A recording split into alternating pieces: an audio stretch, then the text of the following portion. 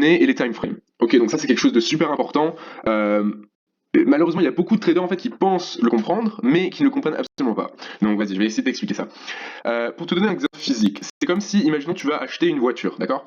Le prix de la voiture, en fait, il faut qu'il soit par rapport à quelque chose d'autre, on est d'accord? Genre, tu peux pas avoir cette voiture coûte 100 000, d'accord? Il faut que ça soit 100 000 quelque chose, tu comprends? Il faut que ça soit 100 000 euros, par exemple. Là, ça make sense. Donc là, en fait, l'exemple, c'est comme si ici, tu avais voiture, donc les trois premiers, c'est ta voiture, et les trois prochains, c'est ce avec quoi tu l'achètes, donc des euros. Donc tu aurais voiture slash euro, ok? Comme tu vois là, ici c'est euro slash dollar. Donc c'est-à-dire que si tu veux acheter ce graphique, donc cette paire, tu vas en fait donc acheter des euros en vendant des dollars. C'est comme si tu allais au bureau de change, tu donnais des dollars et tu demandes des euros en échange. Ok? C'est exactement pareil. Si tu prends celui-ci, pareil, si tu veux acheter ça, c'est que tu achètes des euros en vendant des yens japonais.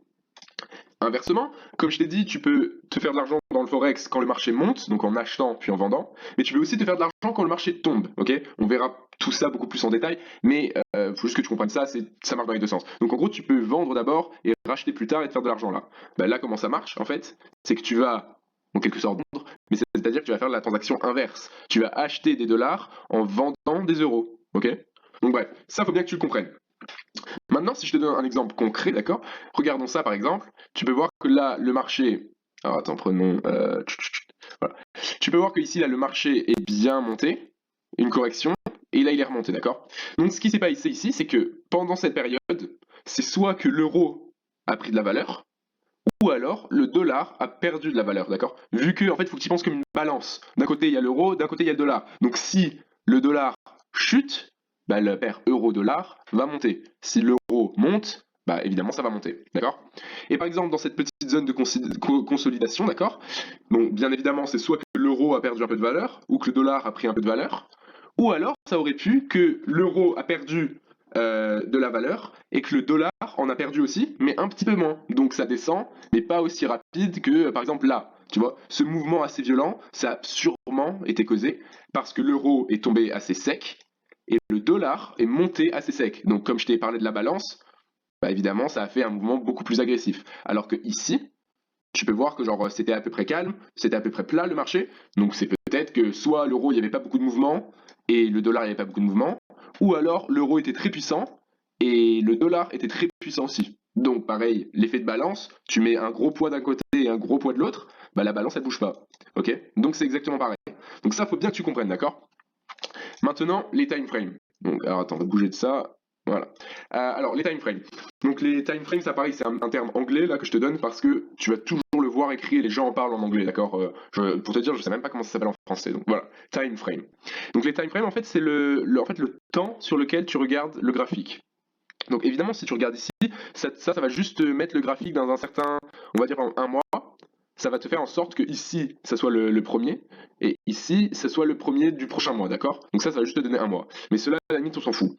C'est surtout ça qui va t'intéresser, d'accord? Donc, je vais te donner un exemple.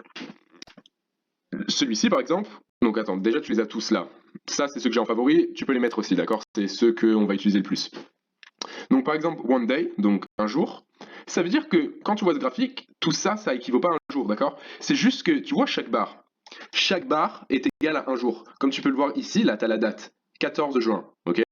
Celle d'avant, 13 juin. Celle d'avant, 12 juin. Donc chaque barre, c'est égal à un jour.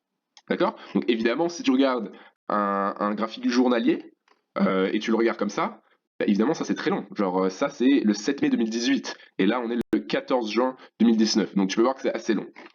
Maintenant, imaginons que tu veux zoomer sur ce petit mouvement en baisse, d'accord, qui s'est passé en 3 jours. Tu peux voir, ça a duré 3 jours.